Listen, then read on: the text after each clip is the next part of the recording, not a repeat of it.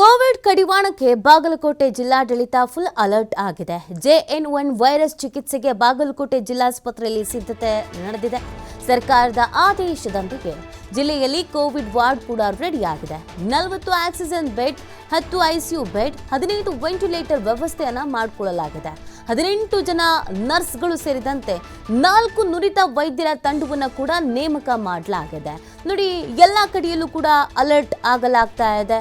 ಈಗಾಗಲೇ ಸರ್ಕಾರ ಕೂಡ ಆದೇಶವನ್ನು ನೀಡಿರುವಂಥದ್ದು. ಕೇಂದ್ರ ಮತ್ತು ರಾಜ್ಯ ಎರಡು ಸರ್ಕಾರಗಳು ಕೂಡ ಆ ಜಿಲ್ಲಾಡಳಿತಕ್ಕೆ ಒಂದು ಆದೇಶವನ್ನು ನೀಡಿದೆ. ನಿಮ್ಮ ಜಿಲ್ಲೆಯ ಹಾಸ್ಪಿಟಲ್ಗಳಲ್ಲಿ ಯಾವ ರೀತಿಯಾದಂಥ ಸಿಚುವೇಶನ್ಸ್ಗಳು ಇದೆ, ಎಷ್ಟು ವೆಂಟಿಲೇಟರ್ಸ್ ಇದೆ, ಆಕ್ಸಿಜನ್ ಸಮಸ್ಯೆ ಇದೆಯಾ, ಬೆಡ್ಗಳ ಸಮಸ್ಯೆ ಇದೆಯಾ, ಎಲ್ಲದರ ಬಗ್ಗೆಯೂ ಕೂಡ ವರದಿಯನ್ನು ನೀಡಬೇಕು ಮತ್ತು ಎಷ್ಟೆಷ್ಟಿದೆ ಅನ್ನೋದ್ರ ಬಗ್ಗೆಯೂ ಕೂಡ ಮಾಹಿತಿಯನ್ನು ನೀಡಬೇಕು. ಅದರ ಜೊತೆಗೆ ಕೋವಿಡ್ ಚಿಕಿತ್ಸೆಗೆ ಸಕಲ ರೀತಿಯಾದಂಥ ತಯಾರಿಯನ್ನು ಸಿದ್ಧತೆಯನ್ನು ಮಾಡಿಕೊಳ್ಬೇಕು.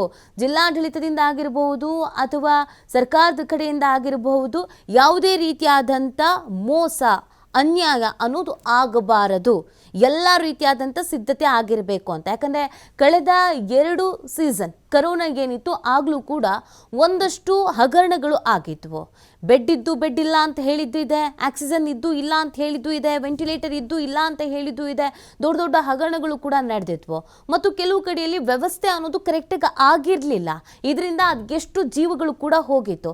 ಹಾಗಾಗಿ ಈ ಬಾರಿ ಆ ಥರ ಯಾವುದೇ ಕಾರಣಕ್ಕೂ ಆಗಬಾರ್ದು ಅನ್ನುವಂಥ ನಿಟ್ಟಿನಲ್ಲಿ ಹೆಚ್ಚಿನ ಸಿದ್ಧತೆಯನ್ನು ಮಾಡಿಕೊಳ್ಳಲಾಗಿದೆ. ಇನ್ನು ಈ ಬಗ್ಗೆ ನಮ್ಮ ಬಾಗಲಕೋಟೆ ಪ್ರತಿನಿಧಿ ಗುರು ಹಿರೇಮಠ್ ಅಲ್ಲಿ ಯಾವ ರೀತಿಯಾಗಿ ಸಿದ್ಧತೆಯನ್ನು ಮಾಡಿಕೊಳ್ಳಲಾಗಿದೆ, ವ್ಯವಸ್ಥೆಗೆ ಏನಿದೆ ಅನ್ನೋದ್ರ ಬಗ್ಗೆ ಒಂದು ಚಿಟ್ಚಾಟ್ ನಡೆಸಿದ್ದಾರೆ.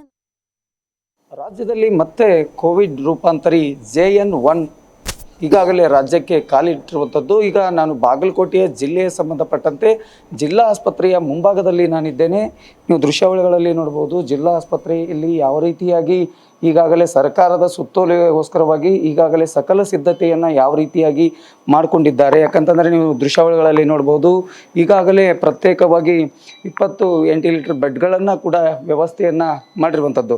ನೀವು ದೃಶ್ಯಾವಳಿಗಳಲ್ಲಿ ನೋಡ್ಬೋದು ಯಾವ ರೀತಿಯಾಗಿ ವೆಂಟಿಲೇಟರ್ಗಳ ಸಿದ್ಧತೆಯನ್ನು ಮಾಡಿದ್ದಾರೆ ಮತ್ತು ಆಕ್ಸಿಜನ್ ಯಾವ ಪ್ರಮಾಣದಲ್ಲಿ ಬರಬೇಕು ಅನ್ನೋ ನಿಟ್ಟಿನಲ್ಲಿ ಈಗಾಗಲೇ ಬಾಗಲಕೋಟೆ ಜಿಲ್ಲೆಗೆ ಸಂಬಂಧಪಟ್ಟಂತೆ ಜಿಲ್ಲಾ ಆಸ್ಪತ್ರೆಯಲ್ಲಿ ಸಕಲ ಸಿದ್ಧತೆ ಯಾವ ರೀತಿಯಾಗಿದೆ, ಇಲ್ಲಿರ್ತಕ್ಕಂಥ ಮುನ್ನೆಚ್ಚರಿಕಾ ಕ್ರಮಗಳನ್ನು ಯಾವ ರೀತಿಯಾಗಿ ತೆಗೆದುಕೊಂಡಿದ್ದಾರೆ ಅನ್ನುವಂಥ ಮಾಹಿತಿಯನ್ನು ಡಾಕ್ಟರ್ ಪ್ರಕಾಶ್ ಬಿರಾದರ್ ಸರ್ ಅವರನ್ನು ಮಾತಾಡಿಸುವಂಥ ಪ್ರಯತ್ನವನ್ನು ನಾನು ಮಾಡ್ತೇನೆ. ಸರ್ ನಮಸ್ತೆ. ಈಗಾಗಲೇ ಕೋವಿಡ್ JN1 ಮುನ್ನೆಚ್ಚರಿಕಾ ಕ್ರಮವನ್ನು ಯಾವ ರೀತಿಯಾಗಿ ಮಾಡ್ತಿದ್ದೀವಿ? ನಾವು ನಮ್ಮ ಜಿಲ್ಲಾ ಆಸ್ಪತ್ರೆ ಬಾಗಲಕೋಟೆಯಲ್ಲಿ ಮಾನ್ಯ ಆಯುಕ್ತರ ಹಾಗೂ ಜಿಲ್ಲಾಧಿಕಾರಿಗಳ ನಿರ್ದೇಶನದಂತೆ 40 ಹಾಸಿಗೆಗಳ ಒಂದು ಇದ್ರದ್ದು ಯಾವುದು ಆಕ್ಸಿಜನ್ ಬೆಡ್ಗಳನ್ನು ನಾವು ರಿಸರ್ವ್ ಇಟ್ಕೊಂಡಿದ್ದೀವಿ ಕೋವಿಡ್ಗೋಸ್ಕರನೇ. ಅಲ್ಲದೆ 10 ಹಾಸಿಗೆಗಳ ಒಂದು ವೆಂಟಿಲೇಟೆಡ್ ICU ಬೆಡ್ಗಳನ್ನು ಕೂಡ ನಾವು ರಿಸರ್ವ್ ಇಟ್ಕೊಂಡಿದ್ದೀವಿ. ಸರ್, ಈಗ ಪ್ರತ್ಯೇಕವಾಗಿ ಆಕ್ಸಿಜನ್ನ ಯಾವ ರೀತಿಯಾಗಿ ಮೊದಲು ನೀವು ಹಿಂದೆ ಪ್ರಮಾಣ ನೋಡಿದಾಗ ಭಾಳಷ್ಟು ಪೇಷಂಟ್ಗಳ ಹೆಚ್ಚು ಆಕ್ಸಿಜನ್ ಕೊರತೆಯಾಗಿ ಎಷ್ಟೋ ಪ್ರಕರಣಗಳು ಕೂಡ ನಡೆದಿತ್ತು. ಈಗ ಬಾಗಲಕೋಟೆ ಜಿಲ್ಲೆಗೆ ಸಂಬಂಧಪಟ್ಟಂತೆ ಆಕ್ಸಿಜನ್ ಉತ್ಪಾದನಾ ಘಟಕ ಕೂಡ ಇದೆ. ಯಾವ ನಿಟ್ಟಿನಲ್ಲಿ ಈ ಎಲ್ಲ 40 ಬೆಡ್ಗಳನ್ನು ಮಾಡಿದ್ದೇ ಆಗಿದ್ದರೆ 40 ಎಷ್ಟು ಆಕ್ಸಿಜನ್ ನಿಮ್ಮಲ್ಲಿ ದಿನಕ್ಕೆ ಎಷ್ಟು ಬಳಸ್ಬೋದು? ನಾವು ನಮ್ಮಲ್ಲಿ 1000 ಲೀಟರ್ ಪ್ರತಿ ನಿಮಿಷಕ್ಕೆ ಆಕ್ಸಿಜನ್ ಉತ್ಪಾದನಾ ಘಟಕ ಹಾಗೂ 500 ಲೀಟರ್ ಪ್ರತಿ ನಿಮಿಷಕ್ಕೆ ಆಕ್ಸಿಜನ್ ಉತ್ಪಾದನಾ ಘಟಕ ಇದೆ. ಅಲ್ಲದೆ ಒಂದು 6 KL liquid medical oxygen plant ಕೂಡ ನಮ್ಮಲ್ಲಿ ಲಭ್ಯವಿದೆ. ನಮ್ಮಲ್ಲಿ ಈಗ 350 ಹಾಸಿಗೆಗಳಿಗೆ ನಮ್ಮ ಆಕ್ಸಿಜನ್ ಸಪ್ಲೈ ಆಗ್ತದೆ. ಬಟ್ ನಾವು ಈ ಕೋವಿಡ್ಗೆ ರಿಸರ್ವ್ ಇಟ್ಕೊಂಡಿರೋದು 40 ಹಾಸಿಗೆಗಳನ್ನು ಮಾತ್ರ.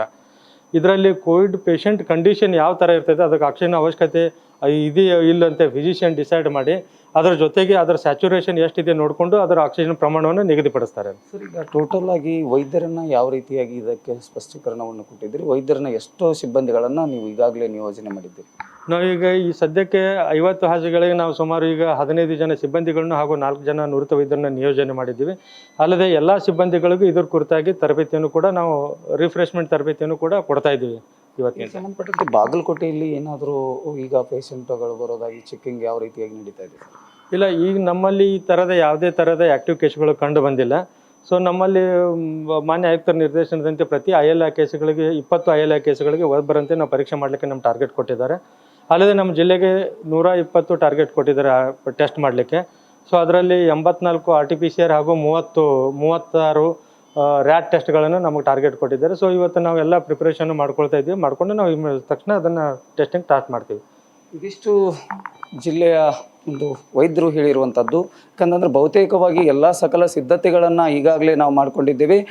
ವೆಂಟಿಲೇಟರ್ ಆಗಿರ್ಬೋದು, ಆಕ್ಸಿಜನ್ ಆಗಿರ್ಬೋದು, ಮತ್ತು ರೋಗಿಗಳನ್ನು ಯಾವ ರೀತಿಯಾಗಿ ನಾವು ಚೆಕಿಂಗ್ ಮಾಡಬೇಕು ಅನ್ನೋ ನಿಟ್ಟಿನಲ್ಲಿ ಈಗಾಗಲೇ ಜಿಲ್ಲಾ ಆಸ್ಪತ್ರೆಯ ವೈದ್ಯರು ಹೇಳಿರುವಂಥದ್ದು. ಇದಿಷ್ಟು ಬಾಗಲಕೋಟೆಯಿಂದ ಗುರು ಹಿರೇಮಠ್, TV5 ಕನ್ನಡ.